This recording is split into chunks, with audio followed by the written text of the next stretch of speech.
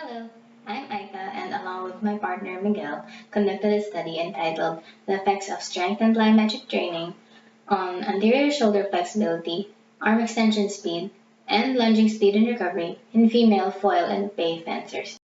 So essentially both physical and functional training provides us with a strong foundation to produce athletes who are better, stronger, and faster.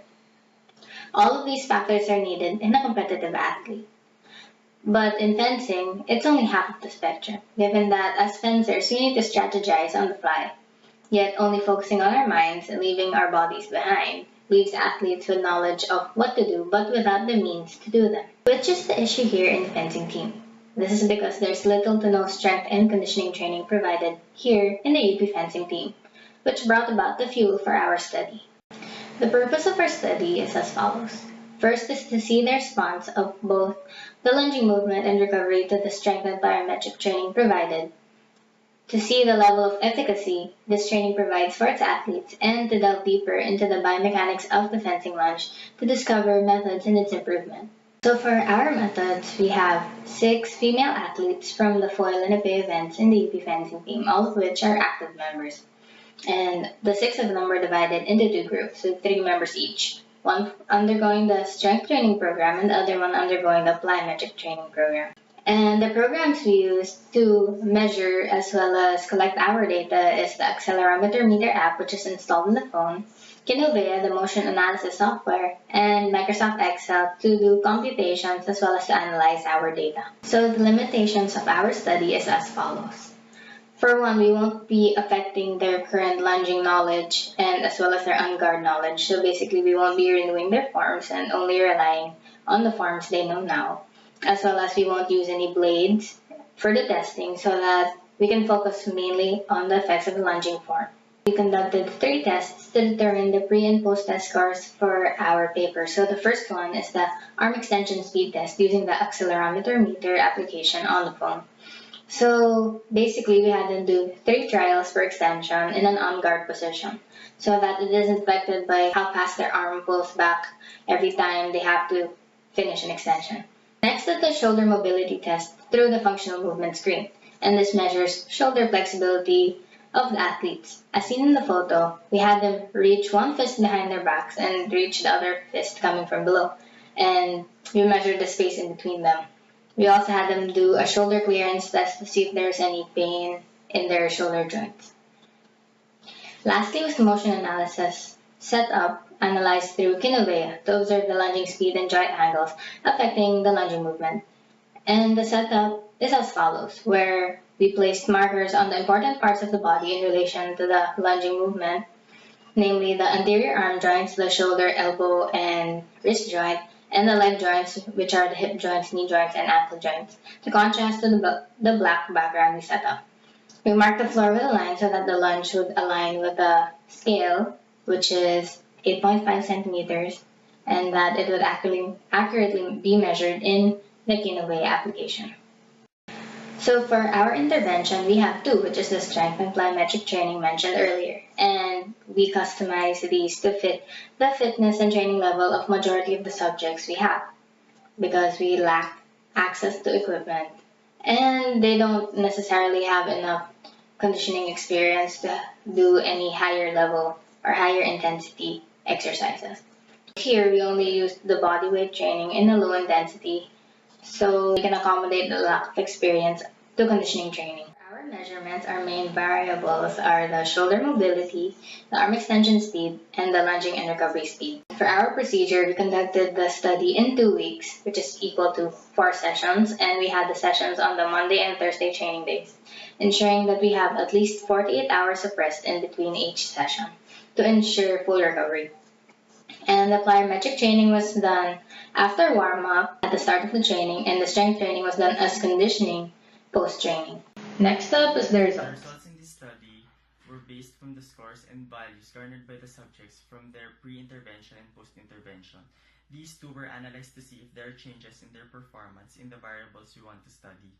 So the first thing we measured was the anthropometric measurements, and we measured the fencing arm depending on their dominant arm, which is either right or left, and the posterior lunging leg, which also depends, which is their non-dominant side, either right or left, as they relate to the speed of the fencer's lunging movement as well as arm extension speed. For shoulder mobility, the results show that there are no significant differences when it comes to the flexibility, whether in plyometric training or in strength training. Rather, the improvement of this certain variable will be addressed in the recommendations in this study. For the arm extension speed, there has been an improvement for both of the plyometric training group and the strength training group. For the plyometric group, there has been a 0.84% increase, while in the strength training group, there has been a 2.03% increase.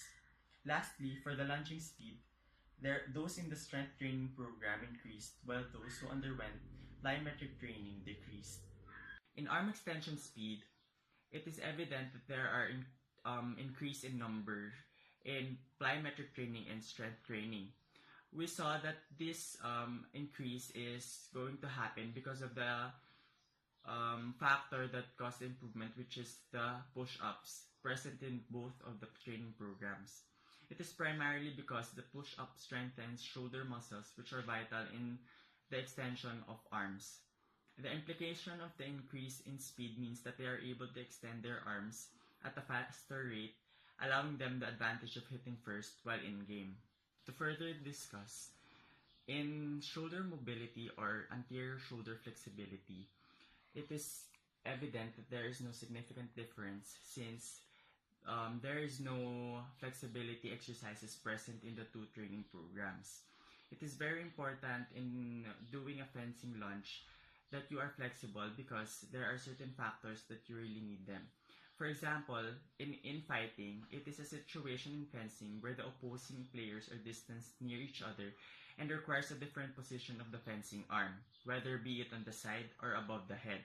It is very important that your shoulders are flexible enough for you to be able to perform different strikes and arm extension. Lastly, for the lunging and recovery speed, those who went through the strength training program generally experienced an increase in both of their lunging and recovery distances and a decrease in their lunging and recovery time, essentially showing the positive impact that the strength training program has had on their overall fencing movement. Although those who went through the plyometric training program experienced a decrease in their overall movement speed, despite this, their lunging distances increased, yet they sacrificed their lunging time for the distance as it also increased. Their recovery distances decreased, and their recovery times increased, which implies difficulty in recovery or keeping their balance as they recovered forward. This discrepancy in movement affected their overall fencing movement, causing them to have a general decrease in speed.